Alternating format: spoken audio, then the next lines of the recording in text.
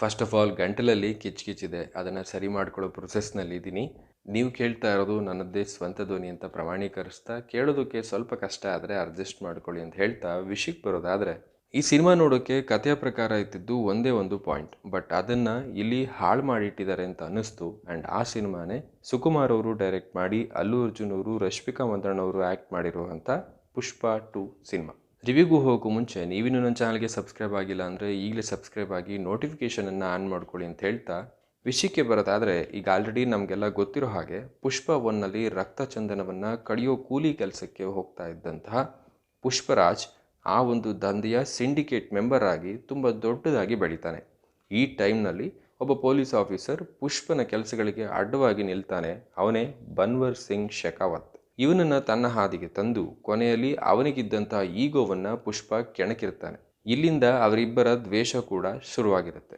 So ಇಲ್ಲಿಂದ ಕತೆ ಮುಂದೆ ಹೇಗೆ ಹೋಗುತ್ತೆ, ಪುಷ್ಪ ರೂಲ್ ಮಾಡ್ತಾನ, ಇದಕ್ಕೆ ಬನ್ವರ್ ಸಿಂಗ್ ಬಿಡ್ತಾನ, ಇವೆಲ್ಲವನ್ನ ನೀವು ಸಿನಿಮಾಕ್ಕೆ ಹೋಗಿ ನೋಡೇ ತಿಳ್ಕೊಬೇಕು. ಸಿನಿಮಾದಲ್ಲಿ ಇಷ್ಟ ಆಗಿದ್ದು ಮೊದಲಿಗೆ ಪರ್ಫಾರ್ಮೆನ್ಸ್, ಆ್ಯಂಡ್ ಅದರಲ್ಲೂ ಅಫ್ಕೋರ್ಸ್ ಅಲ್ಲು ಅರ್ಜುನ್ ಅವರು ಇಡೀ ಸಿನಿಮಾವನ್ನು ತನ್ನ ಶೋಲ್ಡರ್ನ ಮೇಲೆ ಇಟ್ಕೊಂಡು ಟ್ರಾವೆಲ್ ಮಾಡಿದ್ದಾರೆ.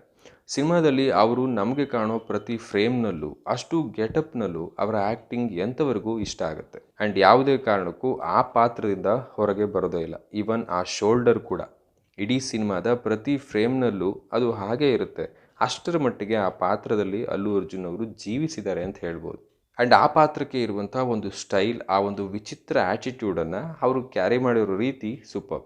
ಆ್ಯಂಡ್ ಪ್ರೇಕ್ಷಕ ಸಿನಿಮಾದಲ್ಲಿ ಒಂದಷ್ಟು ಮಟ್ಟಿಗೆ ಕನೆಕ್ಟ್ ಆಗಿದ್ದಾನೆ ಅಂದರೆ ಅದು ಇವರಿಂದ ಮಾತ್ರ. ತಮ್ಮ ನಟನೆಯಲ್ಲಿ ಪ್ರೇಕ್ಷಕನನ್ನು ತುಂಬ ಎಂಗೇಜಿಂಗ್ ಆಗಿ ಇಟ್ಕೊಳ್ತಾರೆ. ಸೊ ಇಷ್ಟೆಲ್ಲ ಹೇಳಿದ್ಮೇಲೆ ಅವರಿಗೆ ನಮ್ಮ ಕಡೆಯಿಂದ ಒಂದು ಬಿಗ್ ಅಪ್ರಿಸಿಯೇಷನ್ ಕೊಡಲೇಬೇಕು. ಆ್ಯಂಡ್ ರಶ್ಮಿಕಾ ಅವರು ಕೂಡ ಇರೋದರಲ್ಲಿ ಬೆಸ್ಟ್ ಕೊಟ್ಟಿದ್ದಾರೆ ಅಂತ ಹೇಳ್ತೀನಿ. ಆ್ಯಂಡ್ ಅವರಿಗೆ ಪರ್ಫಾರ್ಮೆನ್ಸ್ಗೆ ಅಂತ ಒಂದಷ್ಟು ಸ್ಪೇಸ್ ಇಲ್ಲಿ ಸಿಗುತ್ತೆ, ಅದನ್ನು ಅವರು ತುಂಬ ಚೆನ್ನಾಗಿ ಯೂಸ್ ಮಾಡ್ಕೊಂಡಿದ್ದಾರೆ. ಆ್ಯಂಡ್ ಡೈಲಾಗ್ ಡೆಲಿವರಿ, ಕೆಲವೊಂದು ಮೈನ್ಯೂಟ್ ಎಕ್ಸ್ಪ್ರೆಷನ್ಸ್ಗಳು ಆ ಪಾತ್ರಕ್ಕೆ ಒಂದು ನ್ಯಾಚುರಾಲಿಟಿಯನ್ನು ತಂದುಕೊಡುತ್ತೆ. ಪರ್ಫಾರ್ಮೆನ್ಸ್ಗೆ ಸ್ಪೇಸ್ ಇದ್ದಿದ್ದು ಈ 2 ಪಾತ್ರಗಳಿಗೆ ಮಾತ್ರ. ಸೊ ಇವುಗಳ ಬಗ್ಗೆ ಹೇಳಿದ್ದೀನಿ. ಆ್ಯಂಡ್ ಸಿನಿಮಾದಲ್ಲಿ ಇದ್ದಂಥ ಒಂದಷ್ಟು ಸೀಕ್ವೆನ್ಸ್ಗಳು ಇಷ್ಟ ಆದವು.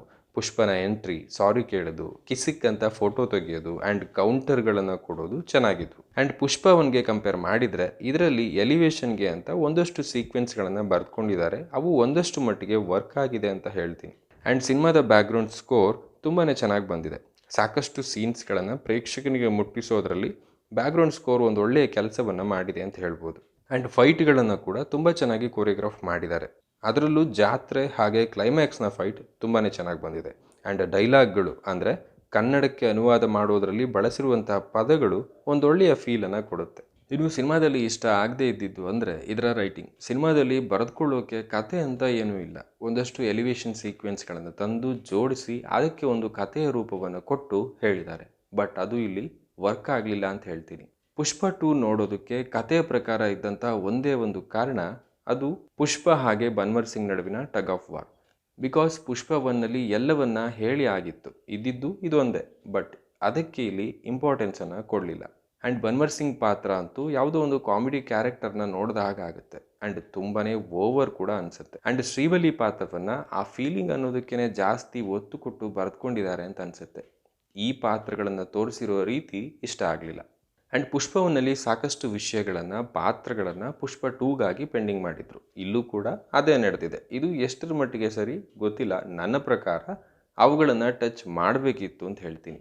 ಆ್ಯಂಡ್ ಟೀಸರ್ ಟ್ರೈಲರ್ನಲ್ಲಿ ಇದ್ದಂಥ ಎಷ್ಟೋ ಸೀನ್ಸ್ಗಳು ಸಿನಿಮಾದಲ್ಲಿ ಕಾಣಿಸೋದೇ ಇಲ್ಲ.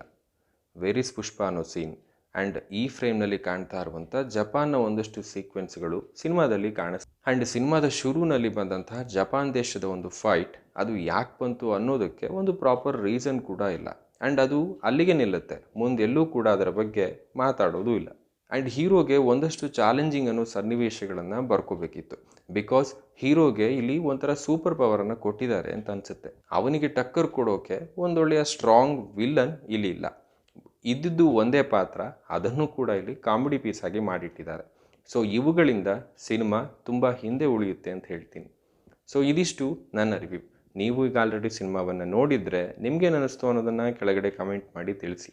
ಓವರಾಲ್ ಆಗಿ ಹೇಳೋದಾದರೆ ಸಿನಿಮಾದ ಕಥೆಯಲ್ಲಿ ಶಕ್ತಿ ಇಲ್ಲ, ಬಟ್ ಒಂದಷ್ಟು ಸೀಕ್ವೆನ್ಸ್ಗಳು, ಒಂದಷ್ಟು ಎಲಿವೇಷನ್ಗಳು ಆ್ಯಂಡ್ ಅಲ್ಲು ಅರ್ಜುನ್ ಅವರ ನಟನೆ ಒಂದಷ್ಟು ಮಟ್ಟಿಗೆ ಪ್ರೇಕ್ಷಕನನ್ನು ಹಿಡಿದಿಟ್ಕೊಳ್ಳುತ್ತೆ.